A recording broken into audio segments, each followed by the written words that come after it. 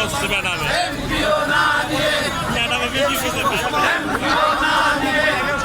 দর্শক আমরা দেখতে পাচ্ছি নরমন্ত্রী শিক্ষা ঐক্য পরিষদ, এই নরমন্ত্রী শিক্ষা ঐক্য পরিষদের নেতাকর্মীরা সারা বাংলাদেশ থেকে এই সদস্যরা হাজির হয়েছেন।